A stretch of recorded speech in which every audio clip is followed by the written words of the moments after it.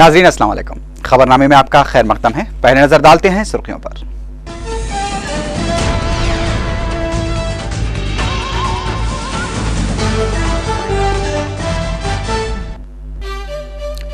Rail रोको एहतजाज और ऑटो बंद से अवाम को मुश्किलात। तेलंगाना में ट्रांसपोर्ट निजाम मफलूज।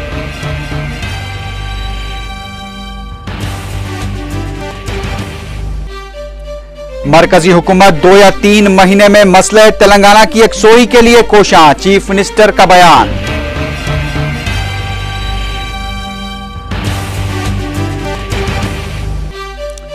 हुकूमत हड़ताल के बहाने बरकी कटौती कर रही है, टीआरएस का इल्जाम।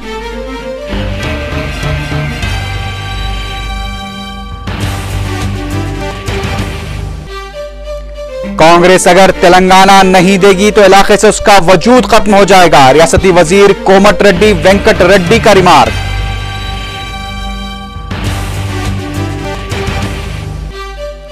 वरंगल स्टेशन घनपुर के रुकन असेंबली राजैया ने दिया इस्तीफा।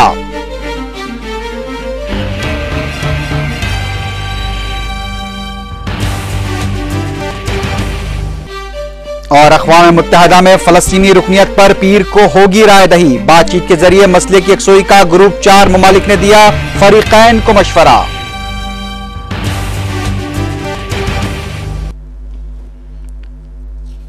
आप खबरें तफसील से।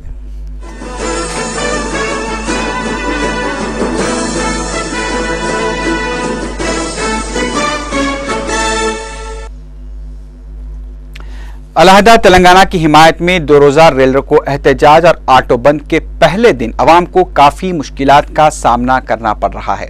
आज सुबह 6 बजे से रेल रोको एहतजाज का आगाज हुआ और साउथ सेंट्रल रेलवे की जानिब से तकरीबन 72 एक्सप्रेस ट्रेनों को मनसूख कर दिया गया, जबकि 246 पैसेंजर ट्रेनों को जो तेलंगाना से होती हुई गुजरती हैं उन्हें भी मनसूख कर दिया गया है। शहर के रेलवे स्टेशन पर अलहदा तेलंगाना की हामी तंजीमों की जानिब से एहतजाजी धरने दिए गए। शहर के मसरूफ रेलवे स्टेशन सिकंदराबाद और नामपल्ली पर आज गहमा गहमी नजर नहीं आई। रेल रोको एहतजाज की वजह से तमाम रेलवे स्टेशन पर पुलिस के वसीतर इंतजाम किए गए थे। वाज़ेह रहे कि तेलंगाना के 10,000 मुलाजमीन पहले ही हड़ताल में शामिल हो चुके हैं और उनकी हड़ताल 6वें दिन में दाखिल हो चुकी है। ऑटो ड्राइवर्स की जानिब से भी 48 घंटों के बंद का ऐलान किया गया है, जिसकी वजह से आज शहर में ट्रांसपोर्ट निजाम मुकम्मल तौर पर मफलूज देखा गया। तमाम पुराने शहर में ऑटोज नजर आए।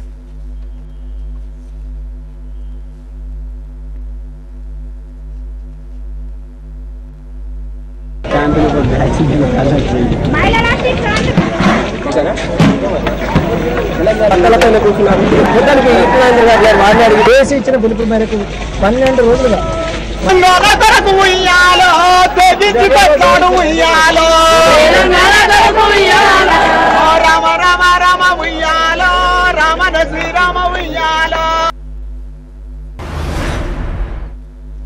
रेल रोको एहतजाज और ऑटो बंद और आरटीसी मुलाजमीन की हड़ताल से शहर की सड़कों पर ट्रैफिक कम देखी जा रही है। मसरूफ सड़कों पर भी एहतजाज की वजह से गाड़ियों की आमदोरफ्त कम रही। तलबा जेसी की जानिब से पेट्रोल पंप्स बंद और शराब की दुकानात के बंद की अपील का जुज़वी असर देखा गया। पुराने शहर में पेट्रोल पंप्स खुले नजर आए और ऑटोज भी सड़कों पर देखे गए।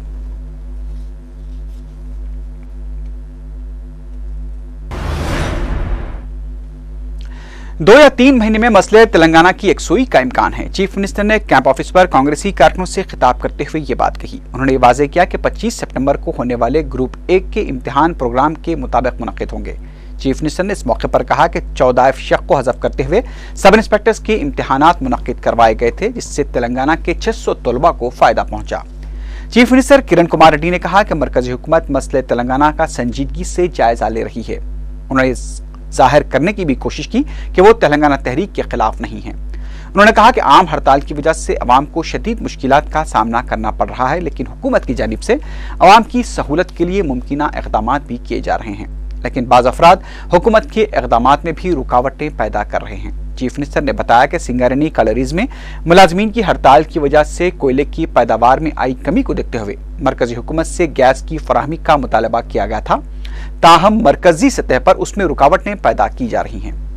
किरण कुमार रेड्डी ने बताया कि दीगर रियासतों से कोयले के हुसूल के लिए की जा रही कोशिशों को रोकने के लिए रेल रोको एहतजाज किया जा रहा है। चीफ मिनिस्टर ने कहा कि हड़ताल करने वाले गरीब अवाम की मुश्किलात से शायद खुशी महसूस कर रहे होंगे। उन्होंने कहा कि हुकूमत सिर्फ अवाम को सहूलत पहुंचाने के खातिर कई इक़दाम कर रही है। किरण कुमार रेड्डी ने बताया कि 1 रुपए किलो चावल की स्कीम का 3 महीने कबल ही सोनिया गांधी से मंजूरी हासिल कर ली गई थी। ఎటువంటి ఆటంకం లేకన్నా 1 రూపాయికి ఇవ్వగలిగితేనే నువ్వు అనౌన్స్ చేయని స్పష్టమైన ఆదేశాలు ఇవ్వటం జరిగింది। దానికి అనుగుణంగానే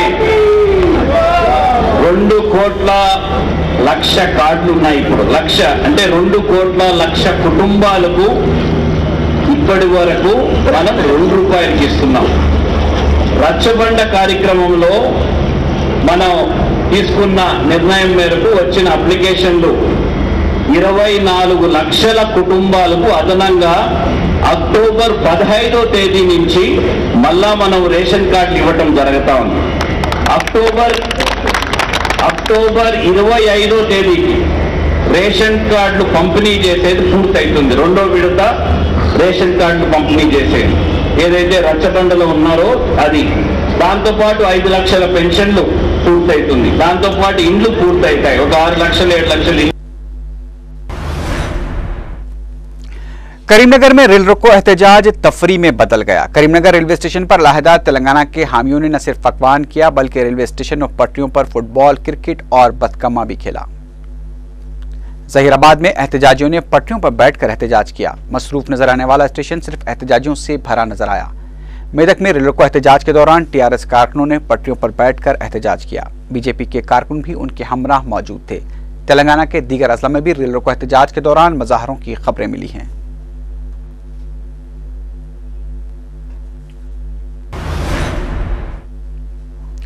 टीआरएस के रुकन असेंबली केटी रामाराव ने कहा है कि उनके वालिद केसीआर दिवाली और दशहरे के बाद अलहदा तेलंगाना के लिए मरण व्रत का ऐलान कर सकते हैं। मौलाली रेलवे स्टेशन पर रेल रोको एहतजाज में हिस्सा लेते हुए केटीआर ने कांग्रेस और तेलुगु देशम के कायदीन से सवाल किया कि उन्हें ओहदे चाहिए या फिर तेलंगाना।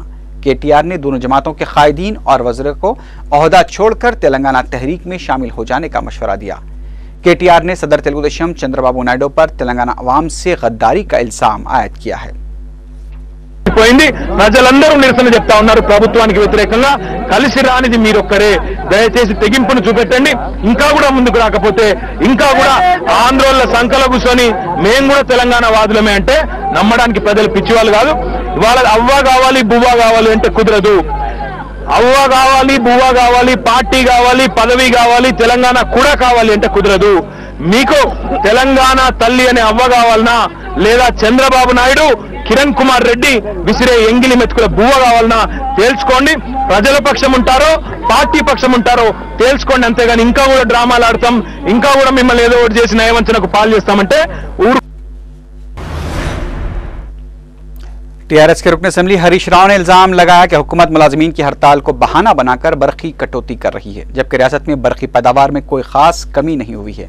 मीडिया से बात करते हुए हरीश राव ने नागार्जुना सागर, श्रीशैलम और दीगर प्रोजेक्ट से बरकी पैदावार के आदाद और शुमार पेश किया और कहा कि वो मीडिया के नुमाइंदों, चीफ मिनिस्टर और वज़रा को मज़कूरा प्रोजेक्ट के महीने की दावत देते हैं और अगर वो झूठ साबित हुए तो वो वहीं पानी में कूद जाएंगे और अगर चीफ मिनिस्टर और वज़रा झूठ बयानी से काम ले रहे हैं तो उसे पानी में डूब जाना चाहिए।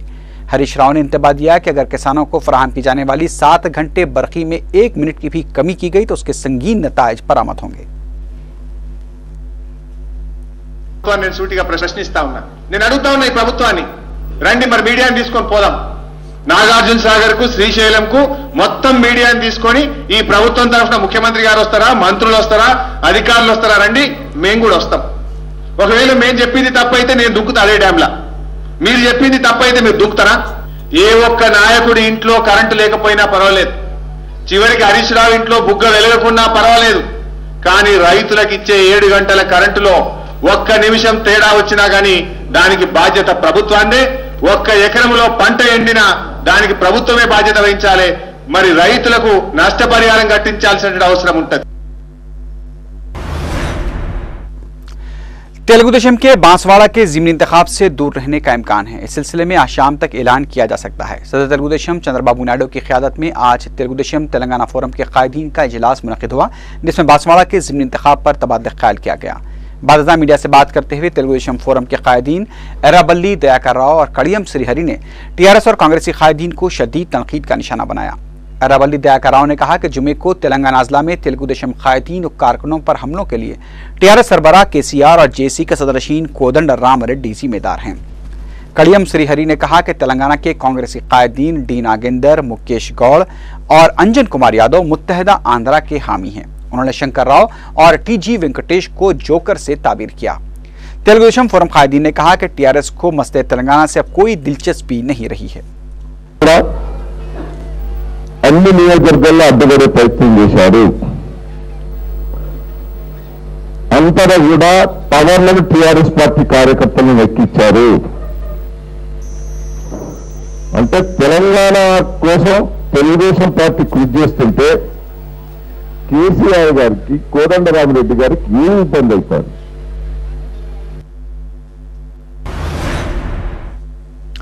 अलहदा तेलंगाना मसले की यकसुई के लिए मरकजी हुकूमत संजीदा कोशिशें जारी रखे हुए हैं। मीडिया से बात करते हुए एआईसीसी के सेक्रेटरी पी सुधाकर रेड्डी ने यह बात कही। उन्होंने इस उम्मीद का इजहार किया कि इस सिलसिले में जल्द फैसला होने की भी तवक्को है और इस मसले पर इश्तियाल अंगेजी से गुरेज किया जाना चाहिए। सुधाकर रेड्डी ने कहा कि वह किसानों को बिलाखलल 7 घंटे बरकी सरबराही के लिए चीफ मिनिस्टर से नुमाइंदगी करेंगे। उन्होंने इस बात का एतराफ किया कि हड़ताल से अवाम को शदीद मुश्किलात का सामना करना पड़ रहा है। क्या इस्तीफे देने से तेलंगाना हासिल हो जाएगा? मीडिया से बात करते हुए संगारेड्डी के रुकन असेंबली जग्गारेड्डी ने यह सवाल किया। चीफ मिनिस्टर की जानिब से 1 रुपए किलो चावल स्कीम के ऐलान पर उनका शुक्रिया अदा करने के लिए जग्गारेड्डी बैंड बाजे के साथ कैंप ऑफिस पहुंचे। जग्गारेड्डी के हामियों की जानिब से कैंप ऑफिस के पास जबरदस्त आतिशबाजी की गई।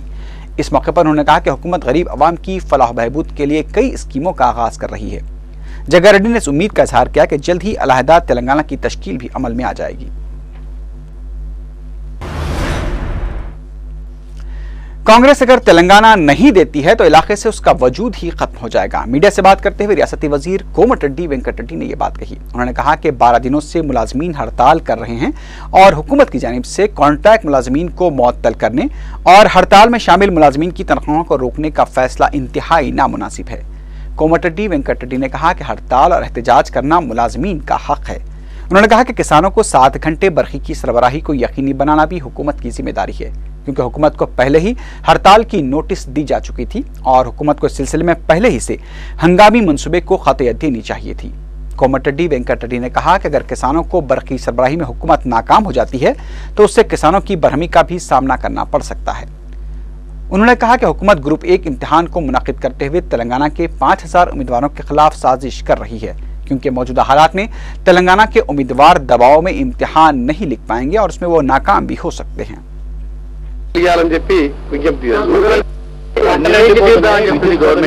మంత్రులు స్పందించడం లేదని నేతలు ఇప్పుడే అధికారులతో కూడా మాట్లాడడం జరిగింది। 6 గంటలు కొన్ని చోట్ల దాదాపు 7 గంటలు కరెంట్ ఇస్తున్నారు। ఎట్టి పరిస్థితుల్లో కూడా పక్క రాష్ట్రాలకు వెళ్ళి కొనైనా సరే 7 గంటలు కరెంట్ ఇచ్చే బాధ్యత ప్రభుత్వాన్ని।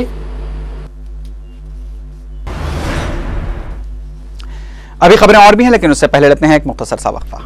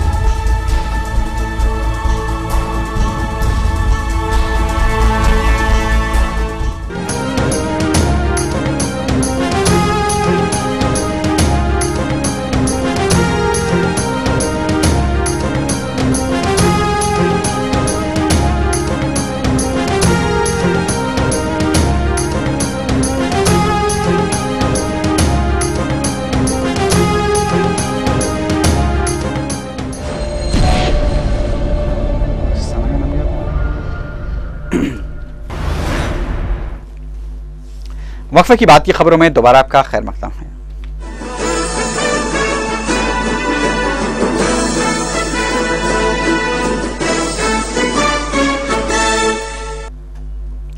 अलहदा रियासत तेलंगाना के कट्टर हामी कांग्रेस के रुकन असम्बली राजैया ने आज अपनी असम्बली की रुकनीत से इस्तीफा दे दिया है। राजैया ने हड़ताली मुलाजिमीन से इजहार यगानगत करते हुए अलहदा रियासत की तायीद में ये इक़दाम किया। जिले वरंगल के असम्बली हल्का स्टेशन घनपुर से नुमाइंदगी करने वाले राजैया ने कहा कि तलबा, मुलाजिमीन और तेलंगाना कारकुनों की जज्बात की वो कदर करते हैं। उन्होंने कहा कि दस्तूरी बहरान के जरिए ही अलहदा रियासत की तश्कील यकीनी है। उधर हुक्मरान कांग्रेस को इस बात का डर है कि राजैया की तखलीद करते हुए पार्टी के तेलंगाना से ताल्लुक रखने वाले अवामी नुमाइंदे दोबारा इस्तीफे दे सकते हैं। तेलंगाना से ताल्लुक रखने वाले रियासती वज़रा पर भी इस्तीफे देने का मुसलसल दबाव बढ़ता जा रहा है।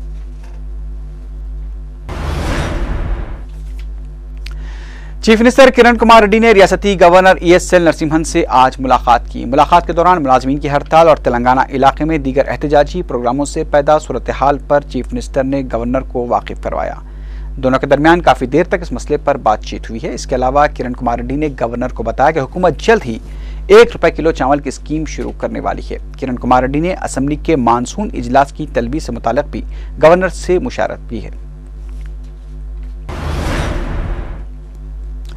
उड़ीसा में हुक्मरान बेजू जनता दल के रुकन असम्बली जग्गा बंधु माझी और उनके शख्सी बॉडीगार्ड को मुश्तबा मावोइस्टों ने एक अवामी जलसे के दौरान गोली मारकर हलाक कर दिया है। इब्तदाई इत्तलात के मुताबिक जग्गा बंधु माझी नौरंगपुर जिले में एक अवामी जलसे से खिताब कर रहे थे कि 4 नामालूम मुसल्लह अफराद जलसेगाह में दाखिल हुए और रुकन असम्बली पर गोलियां चला दी।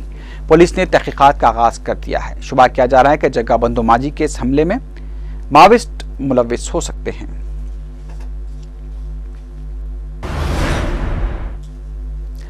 सोने की कीमत में आज कमी वाक़ हुई है। हैदराबाद में 24 कैरेट 10 ग्राम सोने की कीमत 27,040 रुपये और 22 कैरेट सोने की कीमत 26,500 रुपये के लगभग बताई गई है। गुज़िश्ता चंद दिनों से सोने की कीमत में काफी इजाफा देखा जा रहा था। पाकिस्तान के साबिक तूफानी गेंदबाज शुएब अख्तर की मुतनाज़ा किताब कंट्रोवर्शियली यूवर्स रिलीज हो गई है। तमाम शुएब अख्तर ने किताब की रस्म इजरा के मौके पर शाहरुख खान पर तनकीद की खबरों को बिल्कुल बेबुनियाद बताया है। दिल्ली के एक होटल में किताब की रस्म इजरा अंजाम पाई, जिसमें पाकिस्तान के हाई कमिश्नर शाहिद मलिक ने भी शिरकत की।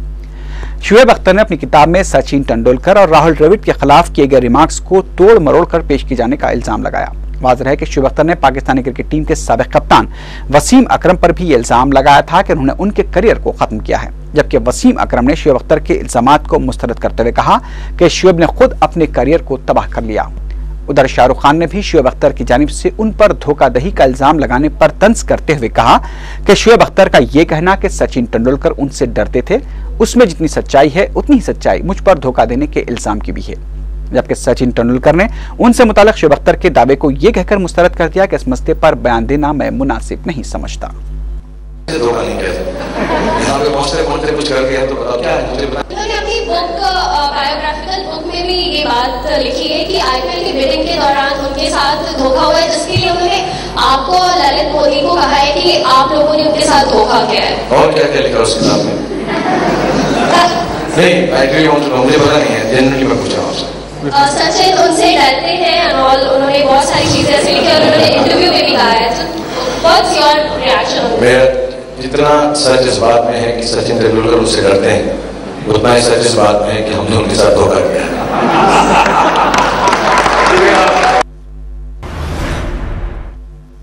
अब नजर डालते हैं कुछ बैनुल-अक़वामी खबरों पर। अक़वाम मुत्तहिदा में इसराइली वज़ीर-ए-आज़म बेंजामिन नेतन्याहू के खिताब के दौरान मगरबी किनारे के फ़लस्तीनी बाशिंदों ने शदीद रद्द-ए-अमल ज़ाहिर किया है। इसराइली वज़ीर-ए-आज़म बेंजामिन नेतन्याहू जब अक़वाम मुत्तहिदा की जनरल असम्बली से खिताब कर रहे थे तो उस वक्त मगरबी किनारे में फ़लस्तीनी बाशिंदे अपना शदीद रद्द-ए-अमल ज़ाहिर कर रहे थे। फ़लस्तीनी बाशिंदे अपने हाथों में जूते लहरा रहे थे और वो बार बार टीवी स्क्रीन पर जूते भी मार रहे थे। बहरहाल फ़लस्तीनी बाशिंदों का कहना था कि इसराइली वज़ीर-ए-आज़म झूठे हैं और गलत बयानी से काम ले रहे हैं। फ़लस्तीनी बाशिंदों का यह भी कहना है कि इसराइल अमन के क़याम के लिए संजीदा नहीं है। यमन के सदर अली अब्दुल्ला सालेह सऊदी अरब में इलाज कराने के बाद वतन वापस पहुंच गए हैं। उनकी वतन वापसी पर दोबारा खाना जंगी भी शुरू हो गई है। दारुल हुकूमत सना की गलियों में फौज और कबायलियों के दरमियान 6 अफराद हलाक हो गए हैं, जबकि अमेरिका ने यमनी सदर सालेह से इख्तिदार छोड़ने का मुतालबा कर दिया है। अमेरिकी स्टेट डिपार्टमेंट की तरफ से यमनी सदर अली अब्दुल्ला सालेह से मुतालबा किया गया है कि वो खलीज टाउन काउंसिल की तरफ से पेश करदा मंसूबे पर दस्तखत करें और इख्तिदार से अलहदा हो जाएं।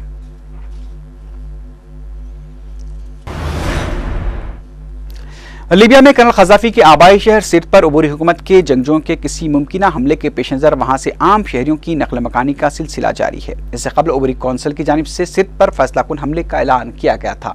इस दौरान मगरबी दिफाई इत्तेहाद नाटो ने कहा है कि लीबिया में उसकी फिजाई कार्रवाइयां अब आखिरी मरहले में दाखिल हो चुकी हैं।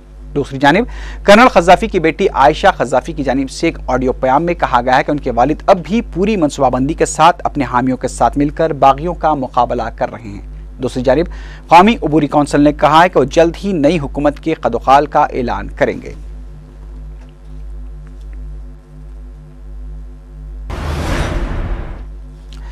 तुर्की ने शाम में सदर बशर अल असद की वफादार फौज के हाथों अवाम पर ताकत के इस्तेमाल को रोकने के लिए दमिश्क को असला की फराहमी रोकने के लिए इक़दाम शुरू कर दिए हैं। सदर बशर अल असद पर दबाव बढ़ाने के लिए तुर्क फौज की जानिब से शाम जाने वाले बहरी जहाजों की तलाशियां शुरू हो गई हैं।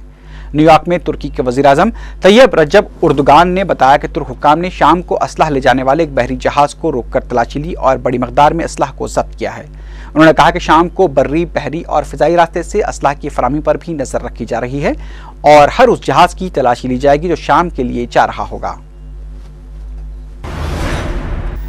अक़वाम मुत्तहिदा में फ़लस्तीनी सदर महमूद अब्बास की जानिब से आज़ाद फ़लस्तीनी रियासत को अक़वाम मुत्तहिदा सलामती कौंसिल में रुकनियत देने के लिए पेश की गई दरख्वास्त पर पीर को राय दही के लिए इजलास तलब कर लिया गया है। न्यूयॉर्क में मीडिया से बात करते हुए लिबनान के सफीर ने कहा कि उन्होंने फ़लस्तीनी रियासत के लिए जनरल सेक्रेटरी बान की मून को दी गई दरख्वास्त सलामती कौंसिल के दीगर 14 रुकन ममालिक को भी फराहम कर दी है। ताहम फ़लस्तीनी रियासत को रुकनियत के लिए मुशावरत और राय दही के सिलसिले में पीर को इजलास तलब कर लिया गया है। इस दौरान मशरिक़ वस्ता में क़याम अमन और फ़लस्तीन इसराइल बातचीत के लिए ग्रुप 4 ममालिक ने फ़रीक़ैन पर जोर देते हुए 1 माह के अंदर बातचीत का अमल शुरू करने की अपील की है। ग्रुप 4 ममालिक ने बगैर किसी तातुल के बातचीत के अमल को शुरू करने पर जोर देते हुए कहा कि 2012 तक इस मसले का पुरअमन समझौता तलाश कर लेना चाहिए। ग्रुप 4 ममालिक ने मुज़ाकरात के लिए एक एजेंडा तय करते हुए 1 महीने के अंदर बातचीत के अमल को शुरू करने की अपील की है। वाज़ेह है कि जुमे को फ़लस्तीन के सदर महमूद अब्बास ने अक़वाम मुत्तहिदा में फ़लस्तीन की रुकनियत के लिए दरख्वास्त पेश करते हुए कहा था कि मैं ये समझता हूं कि जिस शख्स ने जिंदा समीर की एक मामूली सी रमक भी मौजूद है वो अक़वाम मुत्तहिदा में फ़लस्तीनी रियासत को तस्लीम कराने की मुखालिफत नहीं करेगा। आखिर में सुर्खियों पर एक बार फिर नजर डालते हैं।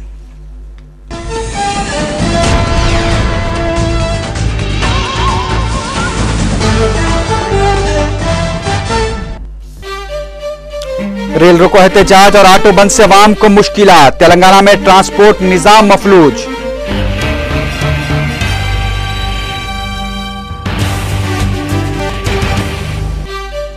मरकजी हुकूमत 2 या 3 महीने में मसले तेलंगाना की यकसुई के लिए कोशां। चीफ मिनिस्टर का बयान।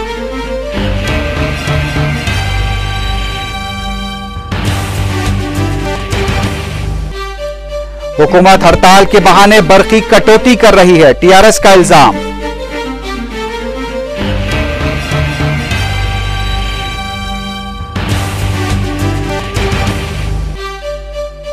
कांग्रेस अगर तेलंगाना नहीं देगी तो इलाके से उसका वजूद ही खत्म हो जाएगा, रियासती वजीर कोमटिरेड्डी वेंकट रेड्डी का रिमार्क।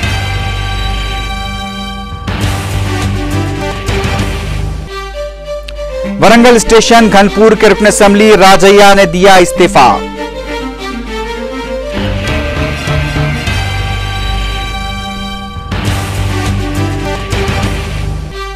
और अक़वाम मुत्तहिदा में फ़लस्तीनी रुकनियत पर पीर को होगी राय दही। बातचीत के जरिए मसले की यकसुई का ग्रुप 4 ममालिक ने दिया फ़रीक़ैन को मशवरा।